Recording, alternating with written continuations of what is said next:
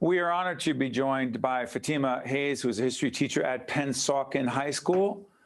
Fatimah, you just told me before we got on the air you've been teaching for 20 years. Is that really right?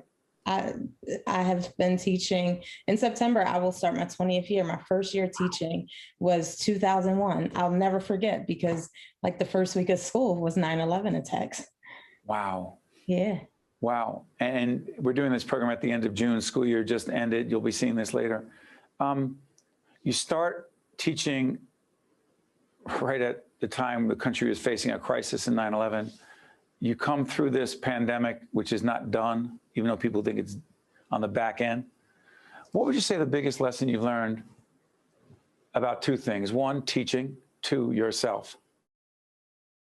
Oh, I guess about teaching is I've learned, and I guess through both of those like bookends, I've just seen the resilience of students, families, my colleagues, administrators, union leadership, because this was a year like no other. And it's so funny, remembering that first year coming in at our country was like, it was devastating, right? And I'll always remember where I was, what I was doing, and now to go through a pandemic. And as you said, we're nowhere near done, in my opinion. And to see the resilience of my students is amazing. The other thing I've learned about myself is primarily flexibility. I have had to do things on the fly this year. And as uncomfortable as it has been, my students have shown me, and my families that I serve have shown me so much grace and patience that like I couldn't ask for a better group of students this year, and parents that have been supportive of me. So, yeah. You know, it's interesting. You talk about patience, but there's an initiative with the New Jersey Education Association that does not require patience, but a sense of urgency, and that is the NJEA Members-of-Color Initiative.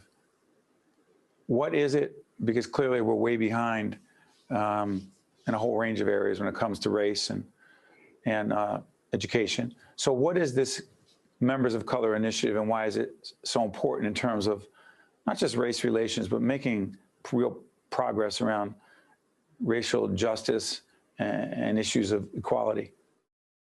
Yeah, so, excuse me, the Member of Color Initiative is pretty much the brainchild, and probably a collaborative brainchild, of Mr. Eric Jones, who was a staff member at NJEA, who decided that we're going to create a platform and bring members of color, Black, Indigenous people of color of our organization, NJEA, together to basically create a safe space. And I believe we're about a year into its inception, and it came about at a time when our country was in unrest. The social justice, racial justice issues that we were seeing continuously having and played out in the George Floyd murder. And we needed a space to kind of just talk about it, what's happening.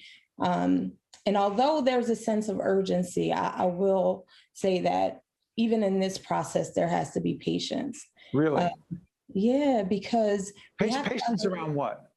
Well, because we know that racism, systemic racism in our country was not built in a day. So dismantling it will not occur in a day.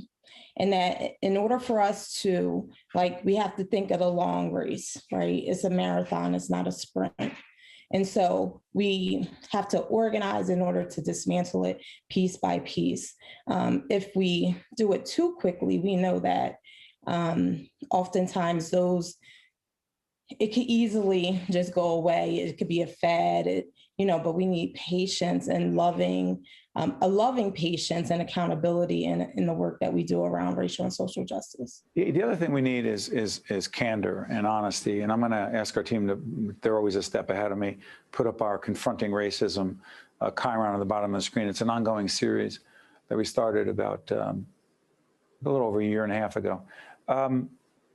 We need honest conversations about race, confronting racism. Why is it so hard for so many? Well, right now in our country, what we've seen is really, there was a time when I would say it was ahistorical, and a good sister friend of mine said it has become anti-historical, what we see and what we do in this country, where we see what happened on January 6th, and people tell us what we saw with our own eyes and what we heard with our own ears did not happen, right? And so it's so difficult because it confronts who and what we are.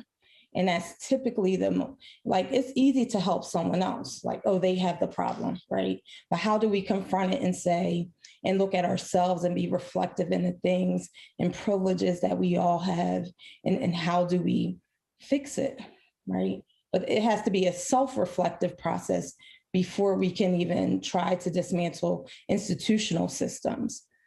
So instead of saying you need to do what you should do, you're saying look in the mirror first? Absolutely. And that's the most challenging, right? Even in any relationship, right? We think about, no one really wants to come to the counselor and say, I was wrong, or I have a problem with, I'm struggling with. Or I need to, sorry for interrupting, or I need to understand where you are coming from. Yeah. Even if I'm not experienced, there's so many friends I have who have their own perspective on race, and we have spirited and thoughtful discussions at times. And sometimes I just don't want to talk about it, because I'll often say, that some of us will never understand what it's like we have 16 and 18-year-old sons. And I also have a 28-year-old son. I have not had to worry at night. I worry about a lot of things when it comes to those boys, but not about being stopped by a cop. Right. And I have a 26-year-old daughter, and I know she's not a Black male, but we know what happens to Black women as well. It's just not as publicized. So, every time she calls, if I know she's on the road, my heart does a little pitter patter. Still, every single time. She went to Ohio State, and sometimes she would drive home, and it's like an 8-hour drive. And I would be anxious the whole time. Yeah. Let me ask you, it's hard enough having them in society overall, but in a classroom, talk about that. I got about a minute and a half left. Okay. In a classroom is so important because our students see it all, right? The internet has made it just, everything goes viral. And so how can we just ignore what's happening? Because it does impact them. So we have to have truthful conversations. We just have to tell the truth. And really, in telling the truth and honoring their lived experiences, that's how we build relationships. That's when real learning actually occurs. It helps them to be critical thinkers. And also, like James Baldwin tells us, to be critical lovers, right? In order for me to be a critical lover of this country, of the NJEA, of the educational system in which I work, I have to think critically about the things, the processes and procedures and rules and regulations that go into that institution that sometimes, many times, are oppressive to our students. So I have to tell the truth about that and have them find solutions and remedies. Our students have the answers. Our young people have the answers. Fatimah Hayes, celebrating her 20th year in the fall of 2021 teaching. Thank you for your service. Thank you for teaching our children in our public schools. And we wish you and your family and your colleagues, public school educators, nothing but the best. Thank you so much. Thank you. Thank you so much for watching. We'll see you next time. State of Affairs with Steve Adubato is a production of the Caucus Educational Corporation. Funding has been provided by the Healthcare Foundation of New Jersey, TD Bank, Johnson & Johnson, Delta Dental of New Jersey, New Jersey Sharing Network, Seton Hall University, the Turrell Fund, supporting Reimagine Childcare, the Fidelco Group, and by St. Joseph's Health. Promotional support provided by ROINJ and by AM 970 The Answer. New Jersey's early educators and childcare providers are more than twice as likely to live below the poverty line versus the general workforce. Reimagine Childcare, formed by a coalition in New Jersey, is dedicated to improving accessibility, affordability, and quality of childcare and reimagining the way we support these essential providers. Learn more by visiting reimaginechildcare.org.